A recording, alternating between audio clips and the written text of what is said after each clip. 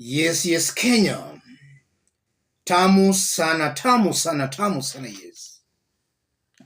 In this video, I want us to listen to some remarks made by Ndindi Nyoro when Uhuru Kenyatta was the president. For the remarks are very relevant to what is currently happening in the country. Listen to Ndindi Nyoro. It is now so despicable. It is very insensitive. It is very inconsiderate for the government that we elected that their preoccupation every day is to add the cost of living to the people of Kenya. And I want to remind the president, tafadhali, angalia nyuma uangalie Wakenya wale walikuweka kwenye huko. Wakenya wanaumia. Yes. That was Ndindi Nyoro when Uhuru Kenyatta was the president. So the big question is, what has happened in these few months? What has happened?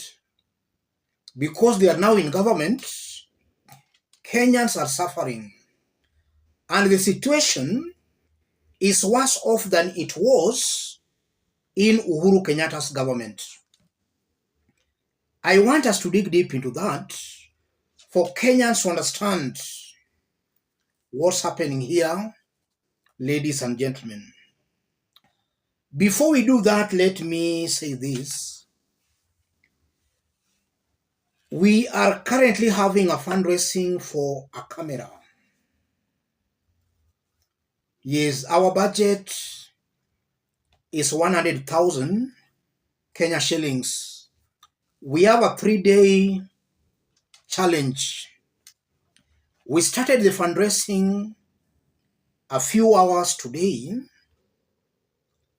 and so far we have managed to get, or rather to raise, 32,000 in about 7 hours. 32,000 in about 7 hours. And it's my hope and wish that we hit the target today or tomorrow, latest being Sunday. Because after Sunday, I don't want us to talk about this. For those sending their contributions, channel all your contributions to that number below. 0722 735 065. Our budget is 100K that will enable us buy a camera. And let me acknowledge some of our fans here who have so far sent their contributions. I've been reading the names anytime I come to do a video. Let me thank Caroline Mwaniki from USA. Let me thank Firdaus Alibai. Let me thank Steven Muturi from USA. Let me thank Ghana Koshin. And let me also thank Hilda Wairimu Njuguna from USA, among others. Those sending their contributions, feel free to send your contributions to that number below. We intend to buy a camera that will enable us bring you professional, high quality videos. That aside, what happened in the few months that William Ruto and his team of Ndindi Nyoro have been in power? Because before they came, or rather before they got hold of the government, they were really attacking Uhuru Kenyatta and attacking Raila Odinga. Let's also listen briefly to what William Ruto also said when Uhuru was the president. How come that fuel in Uganda is cheaper than fuel in Kenya? Nataka niwaambie hii mafuta inaongezwa usiku na mchana. Mimi nataka niwaeleze ya kwamba these people don't understand the damage they are doing to the people and the economy of Kenya. Kwa hii taxes wanaongeza usiku na mchana. Na mimi nataka niwaulize watu wa hapa Manga, tafadhali, mkiona tumesimama hapa mbele yenu, tunawaambia. Listening to William Ruto and his team talk, I'm forced to make some conclusions that will help Kenyans in making proper decisions in the coming elections. The first conclusion, William Ruto and his team are hypocrites. They are liars. In fact, listening to them speak during the campaigns and what they are doing today when they are in charge of the government, I'm seeing it was a long con. They conned Kenyans.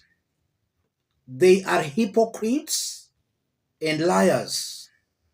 They don't pass that test on leadership and integrity. So when Kenyans want, or rather goes to an election, they must put that into consideration.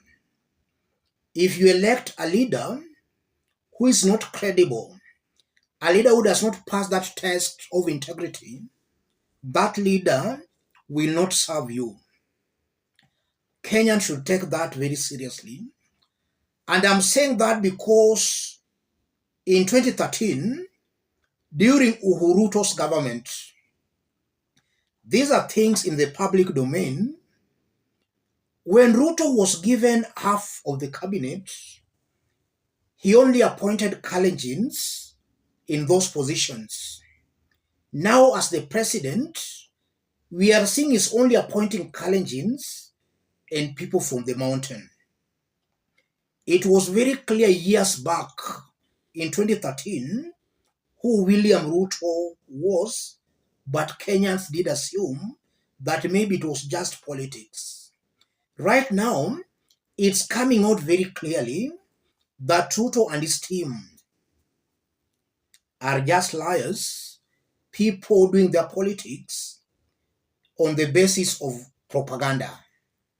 And you are seeing clearly they can't deliver, they will not deliver, even if given 100 years. So Kenyans, from what we saw with William Ruto before he came to power, and what he's doing now that he has power, Kenyans should be wise this time around. Secondly, I'm seeing politicians who are very selfish and do not care at all what the common man on the ground is going through. Kenyans are really going through a lot of economic stress and pains. Ruto and his team are tourists. They are hovering around the world. We are seeing some doing some gymnastics in the foreign lands. They are really enjoying life. While back home, Kenyans are suffering and there is nobody to extend a helping hand to them. So the hustler's president, who campaigned on the basis of a hustler, has actually turned against the hustlers. A confirmation that Ruto and his team, they don't care what the Mamamboga Boda Boda is going through. All they care is they only care about their own personal interests as the ruling class. That's also a conclusion I'm making listening to William Ruto and his team. Something also coming out very, very clearly. Those supporting Ruto and his team, all those who voted for William Ruto and his team, are clearly political amateurs. They have not yet matured politically to know the attributes of a good leader. They have not yet matured because, honestly, somebody sane in mind should actually have seen, long time ago the kind of leadership William Ruto was going to offer. But a section of Kenyans allowed themselves to be swayed, to be convinced with some nice words William Ruto and his team were using. Some of us, we said these things even before the election. And actually what we warned Kenyans against, that's exactly what is happening. Let me stop it there, ladies and gentlemen. And just a quick reminder, those sending their contributions, channel all your contributions to that number below, 0722 735 065. And also let me take this opportunity to remind you that we unveiled a new channel today where we will also be going on with our political discussions in that new channel. The new channel is called Dennis Live. In order to subscribe to the new channel, I've pinned the link on the comment section. The first comment, I've pinned the link there. Just tap on the link Dennis Live and it will take you to our new channel. Let's meet in our next video. So far we have managed 32,000. Let's meet in our next analysis. Thank you.